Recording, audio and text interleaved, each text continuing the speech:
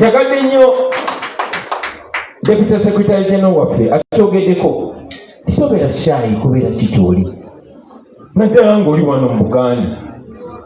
Wano omuntu yenna asobola okubeera Omuganda kyobola tulinayo Abaganda Wawu, tulinayo Abaganda Gere, tulinayo Abaganda Nakabala. Mumanye enjawulo eyo. Ne Bakaswa. Tulina Abaganda, tulina muffe abantu abawawudde empisa zaabwe ne bafuukira ddala Abaganda n'okusinga abaazaalibwa muno. So, buli muntu ali mu Buganda oli waddembe okubeera Omuganda nza kugamba nze mubanda wa Kabaka. Kasita ofiitingamu n'oweeyisanga abantu abo bwe beeyisa bwekyo bwe kibadde ebbanga lyonna. Tekitandise ku mulembe gwaffe. Mumanyi omusajja gwe bayitanga Daudi Ochieng yali mukwano gwa Kabaka, yali mukungu mu lukiiko wano. Kummwe bonna tewali yali azaaliddwa. Katoyaga kungamba tudda mabega oba tudda maaso. Tulina kubanga tudda maaso. So temuwuliza tribal sentiments za Museveni, but very importantly understand the problems of your region and speak about them. Totyanga kwogera ku kutulugunya kuli wammwe, totyanga kwogera ku kibataka kiri wammwe, totyanga kwogera ku busosoze buli wammwe kubanga bye biri mugenda maaso. Speak about them, but understand the plight of your people. Kubaba batumanyiriza bubi abantu munango ojja kufaanana like any other politician. Ate nga abantu baffe bategeera. They can see through the pretense, they can see through the lies. Make sure you understand the plight of your people. Njagadde nnyo kibabuulira mmwe abakulembeze b'omu Buganda muno. Many times they are feeling represented. Understand the plight of your people and fight for them. Tulina muno bannaffe bangi nnyo. Tajja kwogera ku nsonga ziruma bantu ba Buganda. Ne bw'ozoogerako atajja kuyita musosoze nti toyagala Buganda kuba ozoogerako n'obusungu. Muli baddembe okunyiiga oba babwe ekinyiiza. Ate abantu mubabuulire kubanga Baganda bagamba ow'ebbango bw'otomwemukira ow'ebika. Mulina okulekerawo okwekkiriranya. Omuntu yenna bw'akukyawa olw'omugamba amazima oyo aba yakukyawa dda nga mwongere ogamugambe. Ensengo eyo nga givuddeko basibo ne bannyabo, omulamwa gwa leero gwa kusinkana nze kigenderwa kyange kuba kyajinga. Tewakyaliwo budde. Twamala ebbanga ddene nga tugamba tugende mu kulonda oba tetugenda mu kulonda. Naye twavayo ne tubategeeza nti tugenda kugenda mu kulonda. Si nti tetumanyi Museveni kyapulaninga kukola, tukimanyi. Naye ffe tupulaninga kukola ki? Ninako tokyogerawo. Tugenda mu kalulu kano ke tuyita protest vote. Kalulu kakwekalakaasa. Okwekalakaasa mu tesijja sikasuka mayinja. Welo abalala nga kye kibakolera ate nabo sinze nja okujja obbaka. Naye tugenda mu kalulu kano okwekalakaasa nga tuprotestinga nga twekalakaasa tuwakanya byonna byonna ebiri mugenda mu maaso, obubbi, okunyigirizibwa na buli kimu. Era tugenda kuddamu tuwangule Museveni. Yakulaninga okukola nekye tunarespondinga ebyo byaffe byakuteesa. Naye tuddemu tumuwangule ku presidential level twamuwangula. Naye tulina okukkiriziganya. Tuyinza okuwa ensonga nti tetwali lwede bulungi. Tuyinza okuwa ensonga nti twalimu ensolima nnyingi. Tuyinza okuwa ensonga yonna. But we have had 5 years now. So kana akalulu ke tugendamu Baganda bange. First of all, my message to everybody, manual tulinawo abakulembeze, tulinawo ba coordinators, tulinawo n'abagenda okwesimbawo. Mbasaba mutwale obubaka eri bannayuganda bonna benyigire mu kalulu kano bonna. Batya buli omu asobola okuzanya paati ey'enjawulo. Waliwo abagenda okwesimbawo. Nze mpozi nga muleeseyo omulala naye bwe waate wali mulala anze mwewulira musaba. Nekyo tekimala. twagala okubeera ne candidate agenda okuwangula candidate wa Museveni kubulireko kuba ku LC1 paka waggulu ku presidential. Ate si kwesimbawo bwesimbi kubanga eno tegenda kuba by election, wagenda kubeerawo okulonda buli wamu. Manyi nti Museveni akozesa sente zaffe nyingi, manyi nti akozesa amagye gaffe ne tools zonna zonna eza coercion, ne tusobola omusstretchinga bwe tuba tuli deliberate about it. Museveni bw'aba wano ekawempe yaleese abajjaati n'abapiso n'abadiso simanyi n'abaani bonna n'abamalayo, naye ne tumuwangula.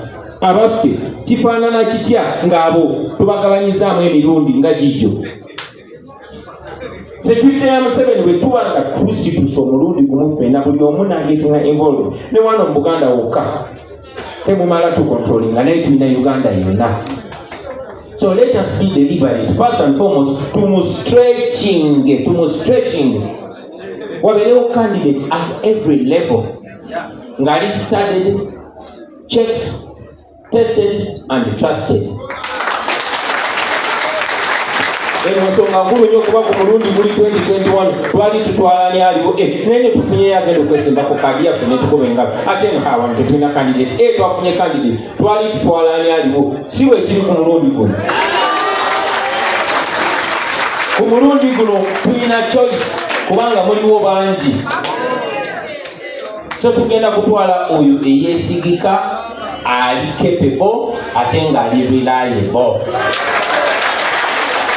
Tugenda kutwala oyo alina obusobozi ate nga tusobola omwesiga.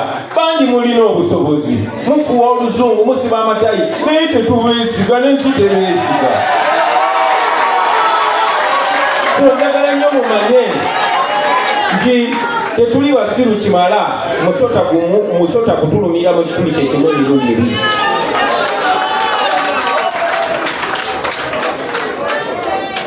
So let's get involved. Abamu mwesimbewo, nze navayo ne mbakubira omulanga muveeyo mwesimbewo baganda bange.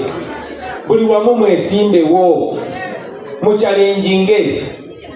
N'awali omuntu vayo nawe olage obusobozi butuba pime buli wamu. So get involved, brothers and sisters. Abamu muveeyo mwesimbewo. Abalala abatesimbyewo mutuyamba okuorganizinga, n'abalala mubeere mu bawagizi, naye buli omu abeeko kyakola mu kulonda kuno. Namwe baganda baffe abali eyo ba foot soldiers n'abalala ba citizen b'eggwanga, buli omu mu Uganda, buli muvubuka eyeesobola nsaba abeere foot soldier. Buli muntu yonna gy'ali weewandiike. Tetujja kulabira ku mirimu gyo. Buli omu agetinge involved basebo ne banyabo. Mu ngeri eyo tusijja sobola okutendula Mwai Museveni. Ekirala basebo ne banyabo kyenjagala basaba naddala mu abakulembeze mubeere kwalaali. Be real. Mubeere kwalaali kuba abantu basobola okulaba omuntu abadongowaza. Abantu balaba ate ffe tugoberera abantu. So be real. It's important to tell you that you must be real. Faith. Tetulijja kibiina kya byabufuzi. Bannange tuli wano ino National Unity Platform kyekino ekitebe kyaffe. Naye ffe tetuli kibiina kya byabufuzi. Just tulina ekibiina ky'ebyobufuzi. We the people of Uganda are bigger than NUP. We the suffering people of Uganda came together under the theme of people power. Ffe tuli people power. NUP is just the organized version of us. The political version. Era NUP ebeera functional mu ngeri ya kulonda, mu biseera bya kulonda. Emirimu gye tusinza okukola myaka 5 egiyise tegibadde organization. Wabula Mwai Museveni amakinga sure ateeka ku pressure. Olabirira basibe, kujjanjaba abalwadde, kujja abantu makomera, kwewa oyo Secretary General waffe emirimu gy'abadde asinga okukola. Ne bannaffe abalala. Naye omulamwa gwaffe munene nnyo. So mwe ba members ba NUP ng'olina ne kadi yo toyina njawulo ku munnayuganda gw'osanga nga tatukangako n'amano ku kitebe. Mulina omugabo gwe gumu, nze era bwe mbamba tunuyamba tunuulira mu level yeegi. obuvunanyizibwa bwaffe n'amayinja ge twagala gatikibwe tukalinde nga tumaze okukola omulimu bannayuganda gwe batusuubiramu. Ekyomukisa omulungi bannayuganda bayimiridde naffe, batambula naffe, batusapootinga, batuwagira, batuwolereza, batubanja batumanyi, batufudde outstanding. Ekyo kya kitiibwa nnyo. Sagala kitulime nti kitumaking any different from these common Ugandans. It's important. Bwe twajja wano twabagamba ffe tukkiririza mu servant leadership. Servant leadership kitegeeza nti gwe omukulembeze, gwe mukozi w'abo abantu. Bali be babosi. Ate nga kituufu kuba abo abantu beesaddaase. Tutambulira mmotoka za bbeeyi, abaana baffe ne babagoba school fees kubanga omusaala gwa MP ogwa meya n'omulala gwa bbeeyi. That is supposed to be the deal. Ye social contract gy'olina n'abantu. Bo bakuwadde byonna by'oyagala n'ebitiibwa ebyo.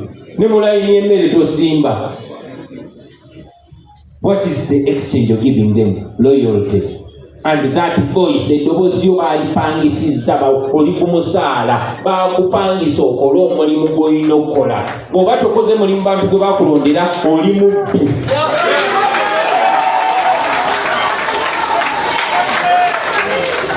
Lwaki abantu abo okusindika mu office eyo bo baatala afia, abamu bali magombe, abamu bali makomera. So we must understand that this is a deal between us and the people. Era kwatatu obate obivaamu ng'obivaamu.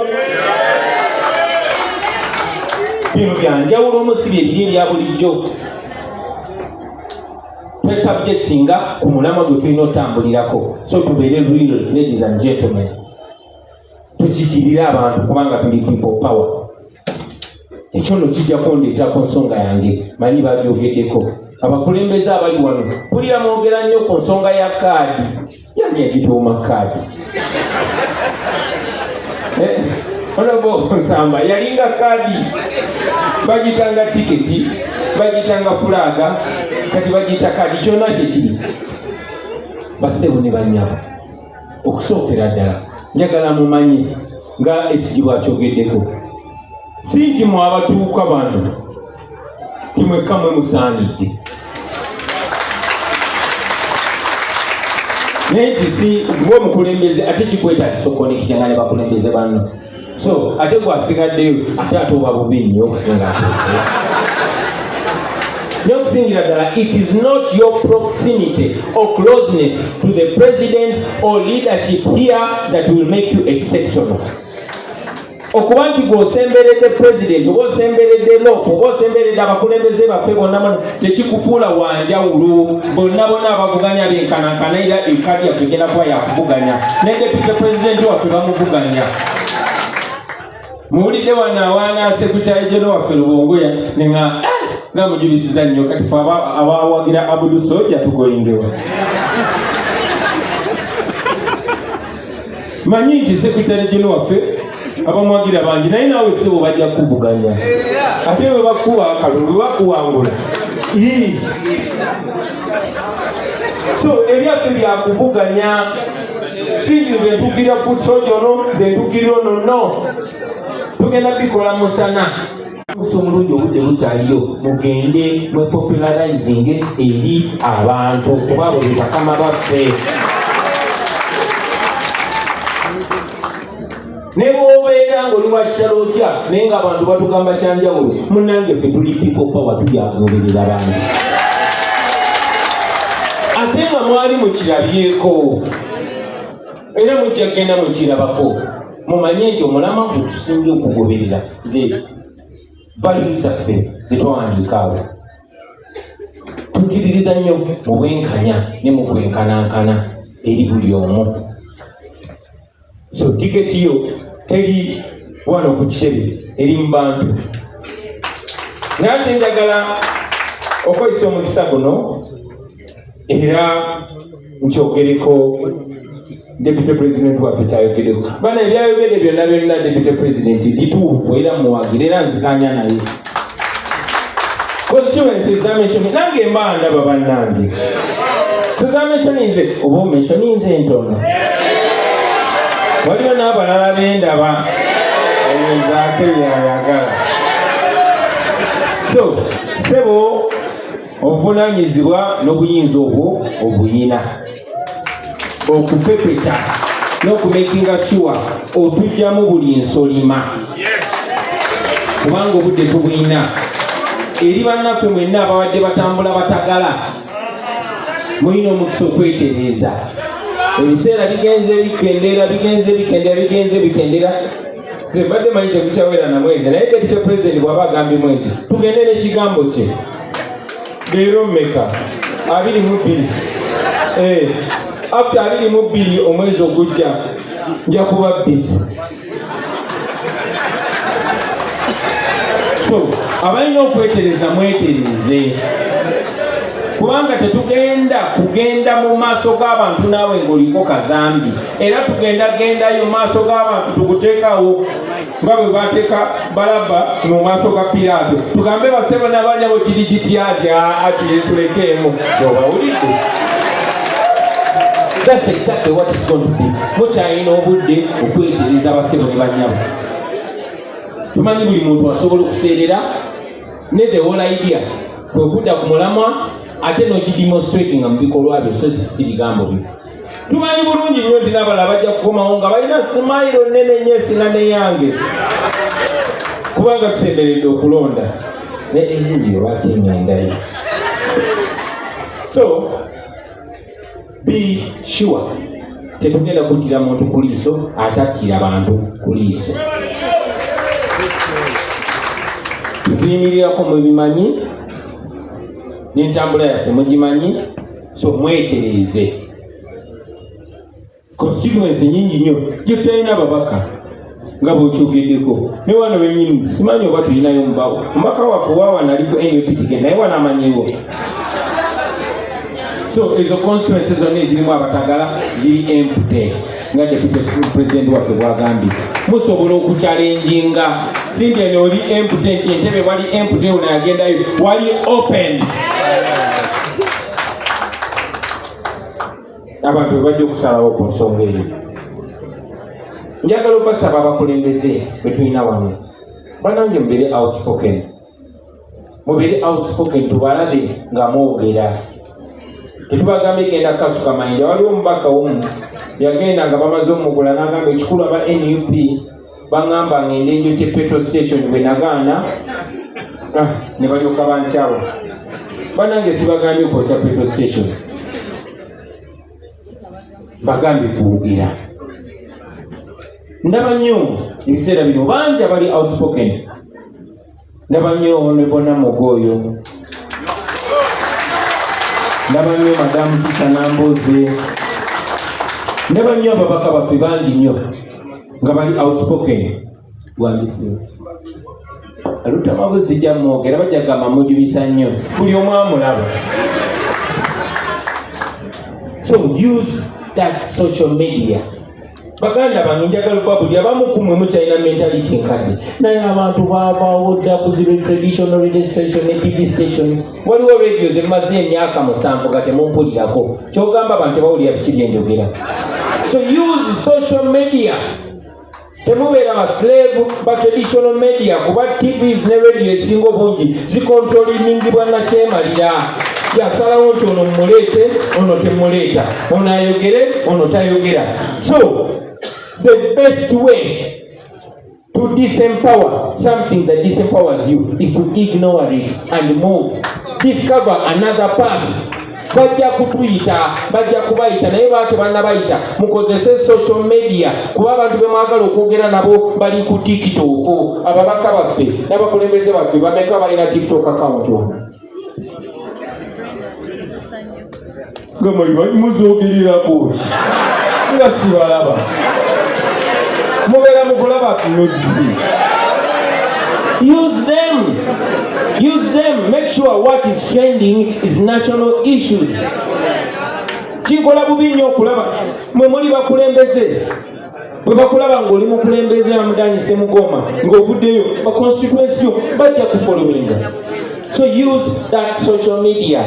Be seen. Kuba abantu bwe baati bagula bannaffe tetujja kula. So use your social media. kale nayo bagiggalewo. Ndaba nnyo abantu, waliwo omusajja gwe bayita Kyagulanyi Omukiga atransformize ekifaananyi kyaffe mu Western Uganda.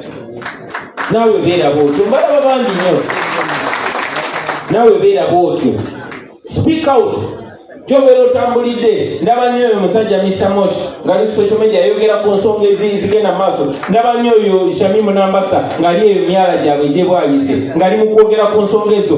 Bring people to the problem, let them understand. Mutuyamba abantu baleme kugamba nti ebyo bigambo bya Kyagulanyi bibeere bigambo bye bibeere by'abantu baffe. Ekyo kigenda tukola bulungi bassebo ne bannyabo. So use your social media because you will need it.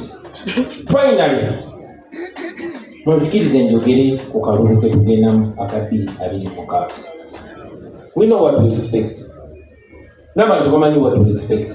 Era abantu bangi baali batubuuza lwaki mugenda mu kalulu temumanyi nti bwe Kyagulanyi onaamala okusuula akalulu ng'amagye geetoloolewo nga gakusirira ewaka nga bawamba be bawambye nga bawamba ababakwetoolodde nga bakkakanya abantu.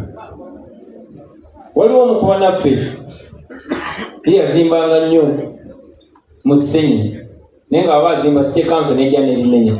N'agamba kati akabadde akaliwo zimba koosi nnyingi nnyo bwe bajja ne bamenya tesatu n'ennya zisigala. What does that mean then? Overwhelm them. Mubeere bangi nnyo, tetujja mu makomera bassebo ne bannyabo. Okusiba bajja tusiba, emigo bajja gitukubira ate ekkomera oli wakyamu, ate emigo oli wakyamu bwe buuza ku Nalukoola. So byonna bigenda kubaawo. So we must plan to overwhelm them. Obuyambi bwonna bwe twagala, ensi zonna ze twagala zitulwanirire, tulina okubeera ne fight one. Let's overwhelm them. Let's make sure there's so many of us. Ko tujja kutuuka okulonda nga amakomera gajjudde, tukikole bwe kityo. Buli we balusiba tujja basukka kuba bajja kudduka. Bajja kudduka. I'm telling you. This is what happens in all dictatorships. Bashir yali asinga Museveni buli kimu. Yahya Jammeh yali alowooza Katonda. Naye bwe bamala okuwangula dikiteeta awikeninga nnyo akola bingi nnyo asipendinga sente nnyingi nnyo overturning ekyo. Mwe mulowooza lwaki Museveni atya akalulu? Kubanga talina mundu, kubanga talina sente, kubanga talina ba allies. Naye there's something called legitimacy. Ne bw'obeera golola nga ekwegolola osamba ensambagere akasajja akatono nga kaani kimba njoga.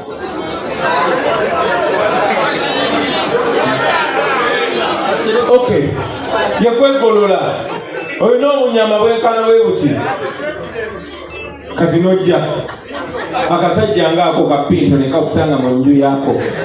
Akono okwogera nnyo naye akasajja nga katono ate nga sirina kawanvu nnyo nga kazambaali ako ne kakusanga mu nnyumba ne mukazi waako kasobola okuvuntula ebikonde because you don't have that legitimacy. Ate oba oliawo nga n'ekyalo kikuŋŋaanye. So you must have what to fight for. Let us go into this election and win. And we want to win massively. Lwaki? Kuba baganda bange, legitimacy begins from down. Bwe tuba nga ffe tulina abakulembeze abangi, nga ffe tulina ba mayors abangi, ba councillors abangi, ba MPs abangi, we have justification. Naye bwe mwondekera Museveni ne bwe muwangula by 80% nga mmwe bano abalya Museveni mu ngalo mubalese ne bayinaayina, then abayina waatandikira okukaayana nti nabawangudde olaba nabasinzire ba MPs. So mbasaba bwe mba musimbula waliwo ebitundu bitwaswipinga Museveni completely out mu bitundu ebyo ekisooka kya Buganda. Make it a no-go area for Museveni.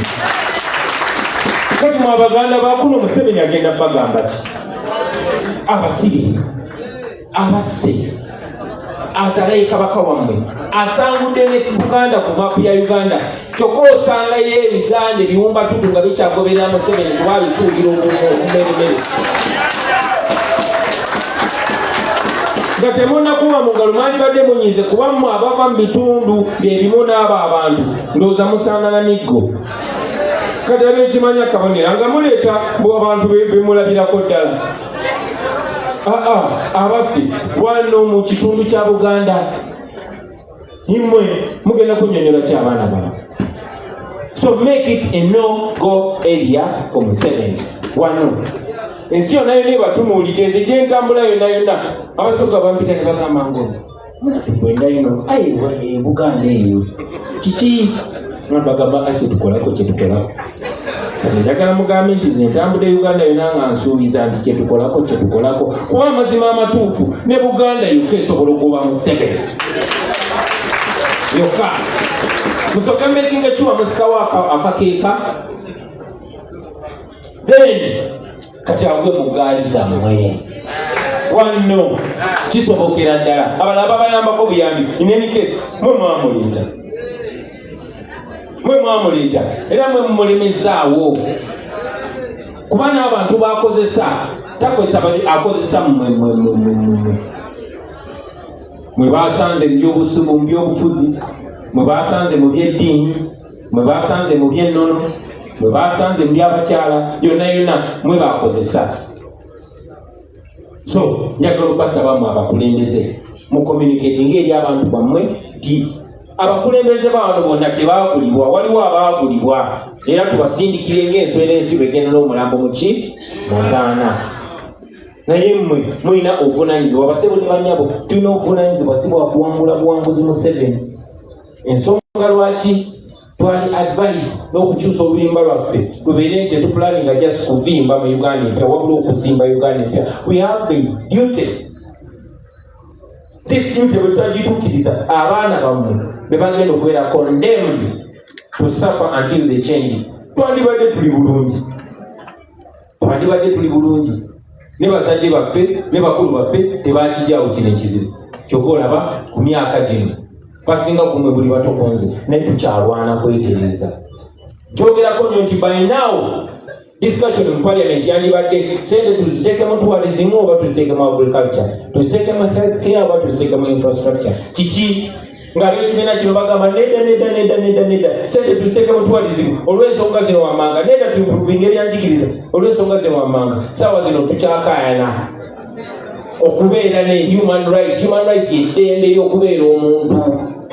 Tukyalwana kubeera bantu, okubeera n'eggwanga you have no citizenship. Kyokka olaba n'endagamuntu eriko expired date, temuli ba citizen. So we are fighting for citizenship, for the right to be, the right to exist.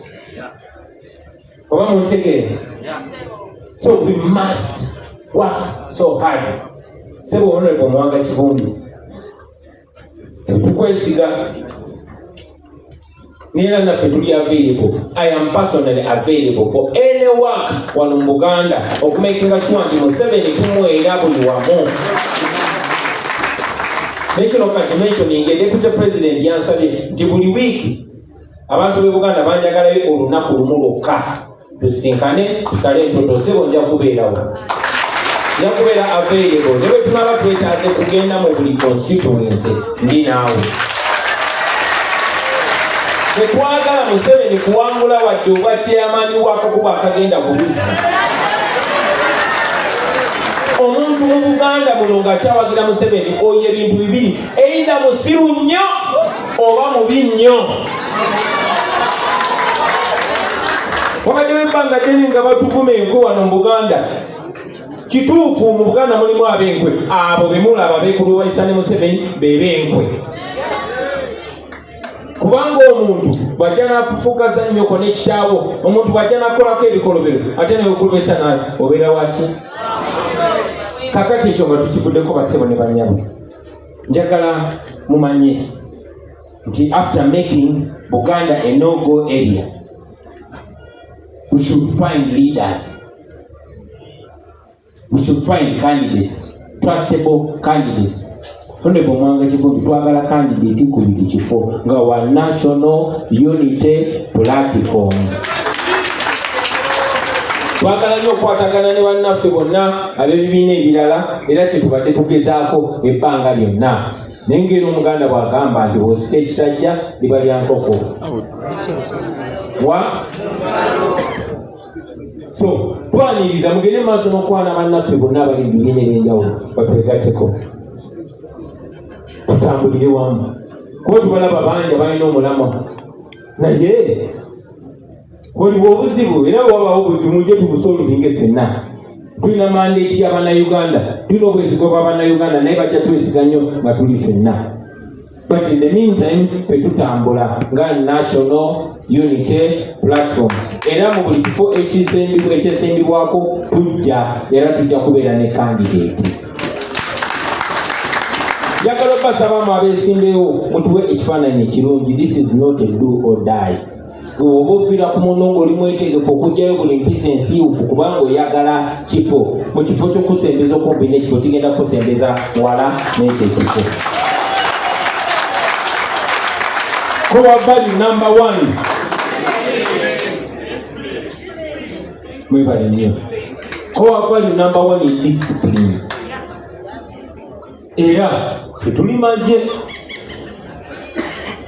Omusirikale atali discipline atosobola kubeera mu magye naddala nga kulemberwa ffe abantu abakkiriza mu discipline.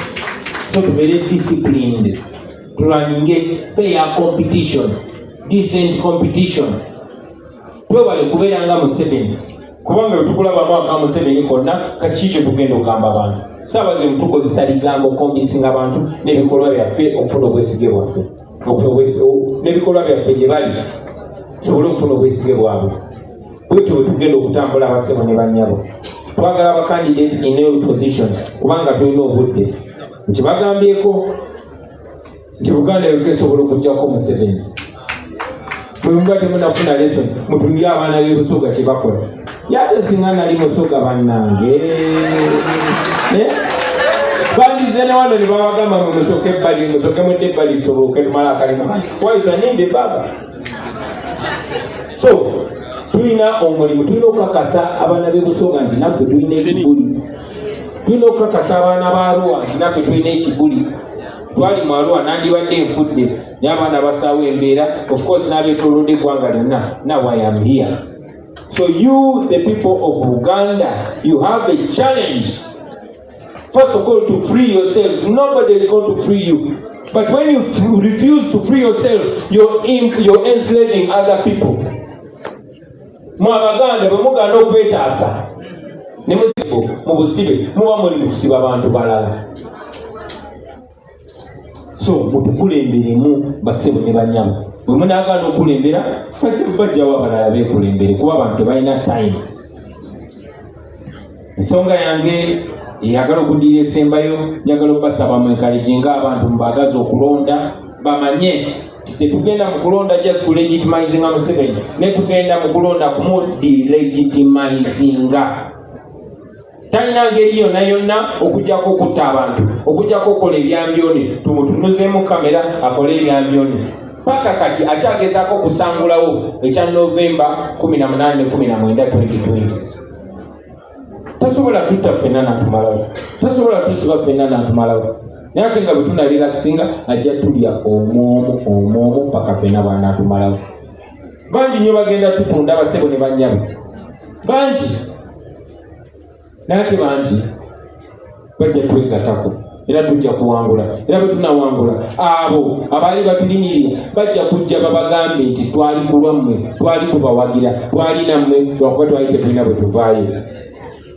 Bimakinge kubanga mujja biraba mugetting involved basebo ne bannyabo. Mbasaba mugende mu encourage abavubuka okwenyigira mu kulonda kw'abavubuka. Akalu k'abavubuka katandika June nga 2. Mugetting involved era nawe Honorable Saake ne timu ye y'abavubuka mwe mutwetaagira weetuli. Get involved kubanga protest vote wetandikira yeyongere paka nga tugyeko Mwai Museveni. Njagala obbasaba baganda bange temweteekako deadline na timeline. Tibwe tuba tukikoze ku mulundi guno tugenda. Mandela yatuyigiriza ekintu kimu. First of all yagamba the struggle is our life. Kiringa bwe baba batubulira enjiri mu ekereziya batugamba Yesu akomawo naye ffe tulivinga obulamu bwaffe. Yes, nga Yesu akomawo enkya naye tugenda n'omugendo ogwo kwetu bwe twesobola okwegumira mu kukkiriza. Si buli omu, abamu tujagenda okwenula nga bali mukomera, n'abamu bayinza okubatta. So let us get satisfaction in the fact that we are not giving up. Bwe tuba tujja essanyu lyaffe kwe kuba tutuganye okugivinga up. So si nti tuliwangula nkya. Kuba tuyinza okugenda mu kulonda nga Museveni bw'akola. N'awamba buli omu n'atuusa mukomera. Of course tetujja muleka kubanga we are going to go with the fight at every level. But make it normal to celebrate victory along the way. Find reasons to smile, find reasons to joke, because the struggle is our life. In any case, never to Jacob Museveni, struggle ya petia kuba tewede, atawa mule mkuja kuba kutandise. So, find comfort in the fact that Museveni never had to siba, twaina munja ko biga bili mugulu. Tetuna munja ko twapo. Twaina munja ko kumulembe kwa Semogerere. Banji kumwe na balaba kumulembe kwa Semogerere mukyalemeddeko. And we shall defeat them. Nemu celebrating the fact nti temuwanise. Kati okuvanyuma lobba okukkiriza okwo ate kamba weesuubi ery'amangu.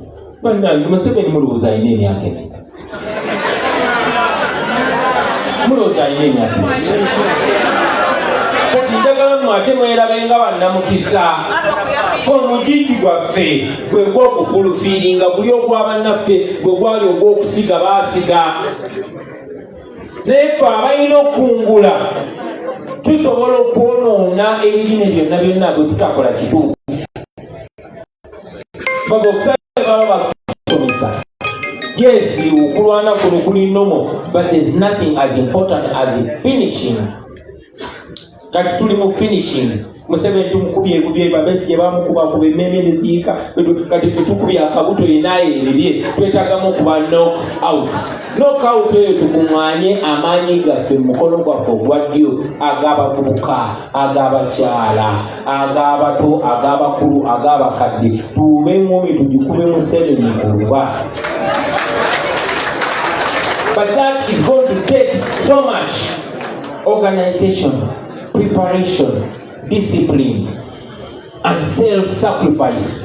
Kuba mba mugenda mukulonda munnange we munagenda nga muli bakandidate basatu oba bana mubanga bakirekedde Museveni mulaba bwe twabadde wanekawo ebyo nga kiri very clear nga Museveni yalina kyayagala okukola. As a matter of fact, okusinziira ku reports ze batuwa tiwaliwo ne bakandidate be yasponsoringa just okwawulamu akalulu. Baba bakimanyi tebakikola ku lwabwe kati bakikolera dictatori. Bannange abantu bajja kusinga through that. Naddala mmwe abamu abazze okupikinga just ebifaananyi naffe naye ng'omanyidde ddala enyo omale ogambe nze kasitambaako nange ne bengenzeeko. Temudividinga effort, temudividinga maanyi bwemubanga ddala ekigendererwa ekyo kyemuliko. Ekisemberayo ddala abasebo ne bannyabo njagala obbasaba mwetegekere next government. Oba otambula weerabenga omukulembeze. Baminisita tewali balala mbalaba wano, bambasada mbalaba wano. We are preparing for new government, for a new Uganda. Nate ne muffe n'abamu n'ab'amakomera si abagakulira wabula bajja okugabeeramu. So temugivinga up basebo ne bannyabo. Mukozese buli tuulu gye mulina okulwana. Temupowa. Buli kimu kiri kusaidia nze nga nkibagamba. Mu abantu b'omu Buganda mulina lake. Mwawulidde obubaka bwa Ssaabasajja Kabaka. Ifa njagala okwebaza Ssaabasajja Kabaka nga nsinzidde wano. Kubanga abadde outspoken. Era ebyogeddeko n'alaga obulyazaamaanyi n'okwefuula engeri ate nga Museveni teyeefuulidde Baganda bokka, yeefuulidde Abasoga, yeefuulidde Ab'Engu, yeefuulidde ab'omu West. Takyabakkiriza na kulonda. Neffe tuli lake ndi beene ate Kabaka tagenda kuvaayo akubulira byonna. Genda osome obubaka bwa Kabaka obwa Easter tebunaweza nnaku 3 ng'omala ofungize empale ogenda olwane olutabaalo lwa olwatandise dda Museveni tulina omuwunzika. Museveni yali tafeesingangako bantu balinga ffe, yali takifeesingangako. Muzeeyi Kyanjo yakyogerako ndi Museveni ajja kusangayo abaana nga tebaagala ssente. Enjiri mukozese obutuuti obwo mubulire enjiri y'enkyukakyuka. Mwe abakola mu katale mukikozese, mu mizikiti mukikozese, mubulire abantu amazima. Tolina babulira bigambo byange, babulire ekiri awo kye balabako nabo. Bino ebintu bye twogerako tebyetaaga kukookinga gyewayogera ku bizibu ebiri ewammwe na Kaseke. Lutamaguzi neetaaga okujja omubulira ebiri ewaabwe. Ssekitoleko nyina okujja okubulira ebyawe ebiri ewammwe. Nabukenya nyina okubulira ebiri eruweru. So, speak the truth. Be seen to speak. Finally, we are not coming there to tell people things about you, especially when we are incumbent. Tetugenda kujja wammwe bakampeningira. Tugenda kujja wammwe kukakasa bukakasa nti oba oli oba toli.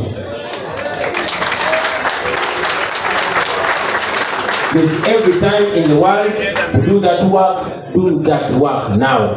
Abantu bewammwe mubatuuseko baka mubagambe batumidde nnyo, mubagambe mbaagala nnyo, mubagambe nja kubatuukako mu buli ngeri yonna physically.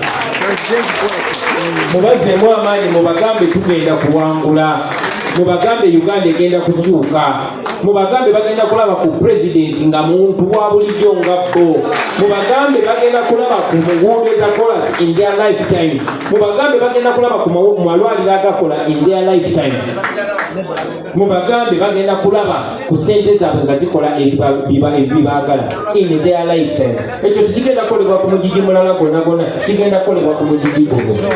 Tulina obuvunanyizibwa okikola, tugenda kukikola nga Mukama ye mulezi waffe. So mbawa omukisa gwa Katonda, mugende mutobe, mugende mutuuke eri abantu, mubannyonnyola amazima, mubeere ba amazima, temwekkiriranya. Buli muntu yenna yakutte ku miliyoni 10 mumulabise, buli muntu yenna yeekolesa n'abalabe b'abantu mumulabise. Katonda ali naffe, amateeka gali naffe, abantu bali naffe.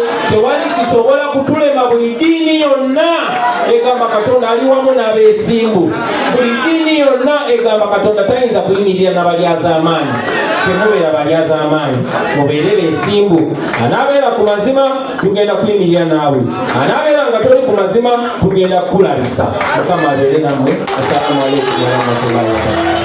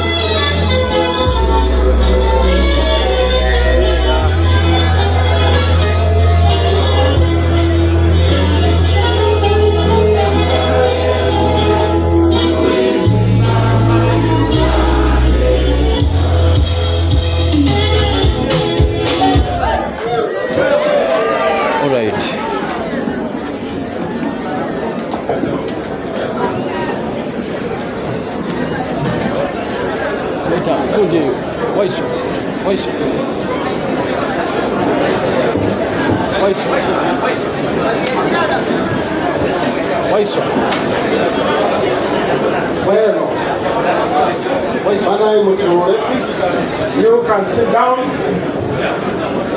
You can sit down.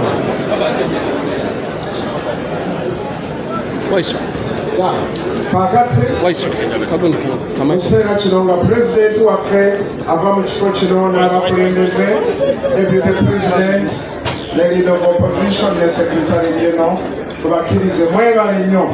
Thank you for gracing this function. Thank you for inducting us. All right. Amanya Buganda, Ronald Mugenyi, network etubeeredde enzibu naye tusobodde okumaliriza ne president enteekateeka zonna nga ngenda kusaba. Wabaddewo abantu ababadde n'ebibuuzo. Tutegeka ekyokulya kinaatera. Nfunye wano obubaka youth leaders to remain behind for 5 minutes oba youth leaders be ba mobilizers for youth those be bategeeza 5 minutes akulira ba youth mu Buganda yabuweereza wabaddewo abantu abalina ebibuuzo nga bya EMC naye manyi mu budde buno abantu enjala ekola ki ebaluma kakati tugenda ku lujjuliro bwetuti